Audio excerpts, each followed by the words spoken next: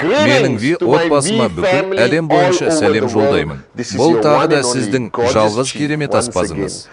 Мен өте қуаныштымын, өйткені бірнеше күннен кейін біз планетадағы ең керемет туған күнді тойлаймыз. 7-ші күні біздің жалғыз дато Шри Виджай Ишваранның туған күні.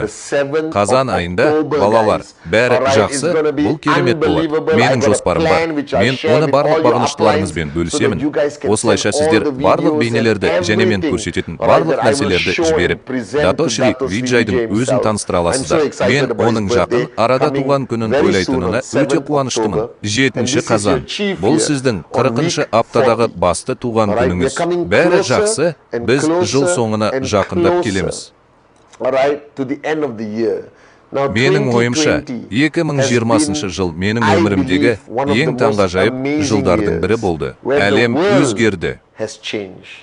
Бұл пандемия, карантин, адамдар саяхаттай алмайды, экономика құлдырады. Бірақ мұның бәрінің ортасында дато Шри Виджайдың көзқарасы мен оның салған нәрселерінің арқасында бәріміз бармыз. Оның басшылығының арқасында біз аман қалып қана қоймай, келесі деңгейге көтерілдік. Бәрі жақсы және біз электрондық коммерцияны қабылдаған және желімізді одан да үлкен, күшті және қаттырақ ететін, ең жылдам дамып келе жатқан және ең қуатты желілік маркетингтік компанияға айналдық. Соңғы бірнеше айда біз карантинде болған кезде, бірақ қазір көптен күткен ояту қоңырауының уақыты келді. Мен бұл туралы жексенбіде Инстаграмда тікелей эфирде біраз сөйлестім. Бірақ бұл жолы мен сізбен егжей-тегжейлі сөйлескім келеді. Сондықтан мені мұқият тыңдаңыз. Енді сіздердің әрқайсыларыңыз, егер сіз менің қол астымдағы адам ретінде қасымда болсаңыз, жарайды. 1-ші қаңтарда сіз маған отырып, не істеу керектігін нақты жоспарлайтыныңызға уәде бердіңіз. 20-20 минутта табысқа жетесің. Ал егер сіз жақында ғана тіркеліп, дәл қазір мені бақылап отырсаңыз, бұл процесті жасай аласыз. Өйткені желілік маркетинг көптеген субъективті факторлардан тұрады. Жарайды. Арман, жарайды. Жауынгерлік, сенің сенімін, қиындықтарды жеңу. Мұның бәрі әрекет ете алмайды. Егер сіз осы жолда не істегіңіз келетінін білмесеңіз, сапарыңызды бағалаңыз. Мен 20-20 туралы айтып отырмын. Және біз соңғы 90-ға, қазан, қараша, желтоқсанға жақындап қалдық. Және бәріңіз оянып, кофенің иісін сезінуіңіз керек. Енді мен сені жақсы көремін. Мені осында басшы етіп, тағайындаған дато Шри Виджай ретінде менің жұмысым, міндетім, сенің бапкерің би болу деп үміттенемін. Сондықтан бұл хабарды мұқият тыңдау өте маңызды. Сіз қаржылық еркіндікке қол жеткізе алмайсыз. Жоспарсыз оны жүзеге асыру үшін сізге дұрыс ғылыми көзқарас қажет.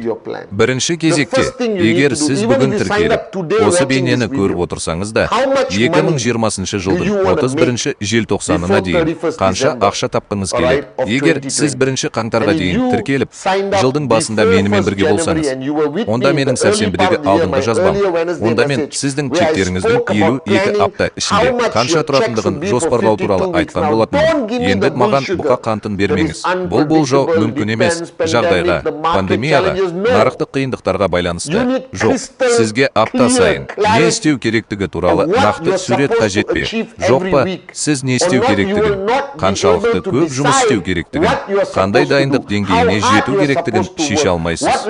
Сізге тәртіп керек, шабыттандыру үшін. Мен доктор Шри Виджаяның тікелей жетекшісімін. Және бүгін жыл сайын бас маман ретінде мен оған 20-20 жыл ішінде қандай жетістіктерге жететінімізді нақты айтып беремін. Мен оған апта сайын соңғы жаңалықтарды айтып отырамын. Әр апта сайын, жұма күні түн ортасында мен оған бұл туралы айтамын. Және оның мұны апта сайын жасауы маңызды. Бірақ осының бәрін жинақтау сіздің жыл сайын қол жеткізгіңіз келетін жалпы табысқа әкеледі. Өйткені армандар тегін орындалмайды. Сіз ФК-да тапқан әрбір арманыңыз, ФК-да тапқан арманыңыз, қосылу армандары ақшаға тұрарлық. Бұл сөзсіз. Ал ақша дәл қазір сіз жасап жатқан бақылау орталығынан келеді. 1, 2, 3, 4. 5 маңызды емес, бәрі жақсы. Және бұл кіріс қадағалау орталығына келетін BBC тең келеді, және бұл BBC өкілдік болып табылады. Ұйымыңызда қол жеткізілген әрбір тіркеу туралы, және бұл тіркеу біреудің шығып, презентация жасауынан туындайды. Сондықтан, егер сіз осы тұжырымдаманы толығымен зерттесеңіз, бұл өте ғылыми болады. Сіздің сол жағыңызда қанша презентация бар? Сіздің сол жағыңызда қанша презентация бар? Сіздің оң жағыңызда конверсияның сәтті пайызы қанша? Нарыққа, жүйеңізге, көзқарасыңызға, арманыңыздың қаншалықты үлкен екеніне, презентация жасауға қаншалықты құмар екеніңізге байланысты. Және бұл билер келіп, апта сайын қанша қадам жасайтыныңызды айтады. Апта, өз кезегінде, сіз қай жерде салып жатқаныңызға байланысты ақш долларын, еуроны немесе жергілікті валютаны қанша жасайтыныңызды білдіреді. Бұл айқындық тек осы аптада ғана емес, сіздің ойыңызда болу керек. Сізге жыл соңына дейін іс-қимыл жоспары қажет. Сізде 1 қаңтарға арналған іс-қимыл жоспары болды деп үміттенемін. Мен уайымдап тұрмын. Енді сен өзіңе адал болуың керек. Жарайды. Сен қанша апта бойы татуировка жасамадың? Сен қанша апта бойы татуировка жасадың? Және бұл сіздің 2020 жылға немесе соңғы 90-ға арналған жылдық кіріс мақсатыңызды толығымен өзгертеді. Кірісті 2020 жылға жоспарлаңыз. Бұл динамиканы түбегейлі өзгертеді. Балалар, және сіз түзетулер енгізуіңіз керек. Дәл қазір ең оңай нұсқа мақсатыңызды төмендету. Мен $500 000 тапқым келді. Бірақ менде қиындықтар бар. Бла. Мен бұл соманы $250 дейін төмендеткім келеді. Бұл әлсіздердің көзқарасы. Есіңізде болсын. Мен сізге апта сайын жауынгер болуыңыз керек екенін айтамын. Ал жауынгер болу тек қиындықтарды, жағымсыз ақпарат құралдарын және сізді мазақ ететін ақымақтарды жеңу ғана емес, жауынгер болу да маңызды. Бұл сіздің осы мақсатқа жету жолыңызға да қатысты. Өйткені бұл сізден жауынгер болуды талап етеді. Бұл сізден бұрын жұмыс істегеннен де көп жұмыс істеуді талап етеді. Сондықтан өзіңізге адал болыңыз. 52-ші аптада немесе 12-ші аптада немесе 20-ші аптада татуировка жасаңыз. Бұл сіздің қашан тіркелетініңізге байланысты, және егер сіздің өсу сызығыңыз 31 желтоқсанға дейін қанша ақша тапқыңыз келетінін жоспарлауға көмектеспесе, өсу сызығын өзгертіңіз. Өйткені егер сен менің тікелей жолдамам болсаң, мен сенің жаныңда отырып, осы процесті орындауға көмектесер едім. Өйткені егер сен не істегің келетінін білмесең, не істеу керектігін білмейсің, содан кейін сіз ұзақ отырасыз, демаласыз. Жарай ма? Өйткені бұл қызықты бизнес деп ойлайсың. Иә, бұл қызық болуы мүмкін. Бірақ мақсаттарға өте байыпты қарау керек. Мәре сызығынсыз 100 метрге жүгіре алмайсың. Сен ақымақ сияқтысың. Сен жеңгеніңді немесе жеңілгеніңді білмей күйіп кетесің. Бұл сіздің аспазыңыз.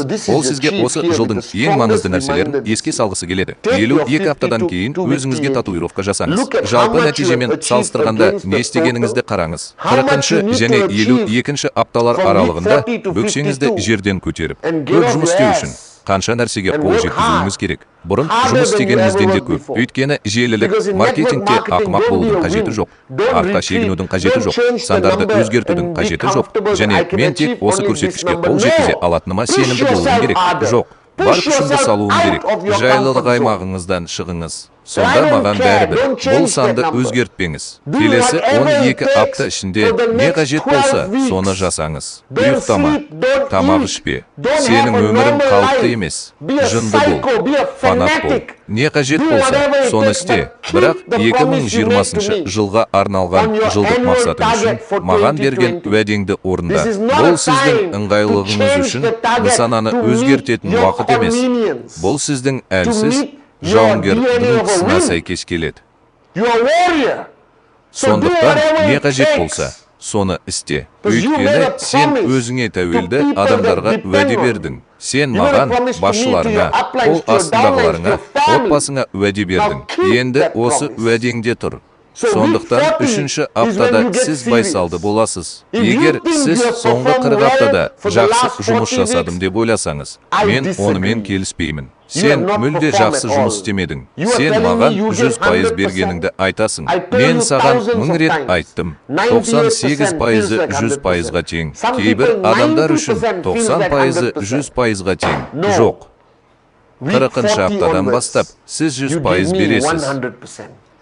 күн сайын демалыссыз, отбасылық уақытыңызды тоқтатыңыз. Маған қол жеткізуге уәде еткен нәрсеге қол жеткізу үшін бар күшіңізді салыңыз. 52 апта ішінде, егер оның құны $1,000,000 болса, оны жасаңыз, немесе $1,000,000-ға өліңіз. Егер ол 50 мың болса, оны жасаңыз, немесе 50 мыңда өліңіз. 52 аптаның ішінде қандай санды жазсаңыз да, мен оған назар аударғаныңызды қалаймын. Мен сенің оған бүркіт сияқты, сұңқар сияқты назар аударғаныңды қалаймын. Саған рұқсат етілген жалғыз нәрсе тыныс алу. Бәрі жақсы ма? Қалғанының бәрі назарыңды аудару. Баяуламаңыз. Жеңісті тойлаудың қажеті жоқ. Жақсы ма? 31 желтоқсанға дейін татуировка жасап, маған бәріне қол жеткізгенімді айта аласыз. Сондықтан мен мақсатымнан асып түстім. Ол үшін апта сайын 7 күніңді қарау керек. Сен қанша уақытты босқа өткіздің? Сен қанша сағатты босқа өткіздің? Сен қанша презентация жасай аласың? Бірақ жасай алмадың. Жарайды. Біреу саған қанша рет қоңырау шалса, сен кептеліс, қашықтық, бәрі жақсы, өзің шешесің деп ойладың. Интернетте қанша тренинг өттің? Бәрі жақсы, өзің шешесің деп ойладың. Интернетте қанша тренинг өткізесіз? Сіз қанша адамға көмектесіп жатырсыз? Сіз қанша татуировканы бақылап отырсыз? Немесе сіздің жоғары қызметіңіз татуировкаңызды бақылап жатыр ма? Өйткені биыл 2020 жылға 12 апта қалды. Не биылғы жыл сізді анықтауға мүмкіндік береді? Не биылғы жылды өзіңіз анықтайсыз? Сондықтан бұл сіздің бастығыңыздың көптен күткен ояту қоңырауы. Мені қателеспе. Мен сені әлі де жақсы көремін. Бірақ біреу саған адал болуы керек. Біреу сені жайлылық аймағыңнан шығаруы керек. Біреу саған барлығына $20,000 уәде бергеніңді еске салуы керек. Біреу дұрыс көзқараспен бастауы керек. Егер сіз бүгін тіркелген болсаңыз, онда бәрі жақсы. Бастық сізге сүйіспеншілікпен жүгінеді. Бірақ мені мұқият тыңдаңыз. Осы жылдың соңына дейін қанша ақша табуды жоспарлап отырғаныңызды білмейінше сапарыңызды бастамаңыз. Содан кейін қанша презентация, қанша докторлық дәреже, дәрігеріңіздің қанша табыс табу керектігін талдаңыз. Осы аптадағы мақсатыңызға жету үшін ұйымыңызда 1 адым, 2 адым, 3 адым, 4 адым солға және оңға қанша адам табыс табу керек. Бұл желілік маркетинг ғылымы. Иә, арманыңызды табыңыз. Жауынгер бол. Иә, өз ісіңді жақсы көр, бақытты тап. Өзіңізді жайлық аймағыңыздан шығуға мәжбүрлеңіз. Бірақ сайып келгенде сізге келіссөздер жүргізілмейтін жоспар. Сізге тәртіп орнататын жоспар. Сізді диваннан көтеріп, Zoom қолданбасында түнгі сағат 2-де сергек ұстайтын жоспар қажет. Мен сені үнемі жайлылық аймағыңнан итеріп жіберемін. Мынаны есте сақта. Сен өзіңе осы жылы дәл осы мақсатқа жетемін деп уәде бердің. Менің ұйымым осындай үлкен болады. Мен бұған дейін қанша тексеру жүргіземін? Жыл соңына дейін. Дәл қазір басқаларды бітіру кешінде берген уәделерін бұзуға мәжбүрлеу оңай, бірақ өзіңе берген уәдеңді бұзған сәтте сен түкке тұрғысыз боласың. Бұл уәдеге қаншалықты байыпты қарайтыныңның өзі сенің қандай желі адамы екеніңді, қандай жауынгер екеніңді анықтайды. Мен өзіме уәде бердім, бірақ одан да маңыздысы Датошри Виджай Ишваранға уәде бердім. Мен ешқашан уәдемді бұзбаймын. Мен осы жылы өз мақсаттарыма жету үшін өлуге дайынмын.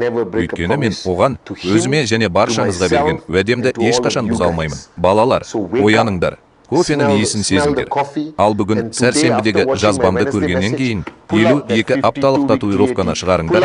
12 апталық, 20 апталық, 30 апталық татуировканы шығарыңдар. Қанша апта болса да қараңдар. Мына татуировканы қараңыз және осы уәдені беріңіз. Өзіңе тағы да айт. Мұны істе немесе өл, сен оған 20-20 жылда жетесің.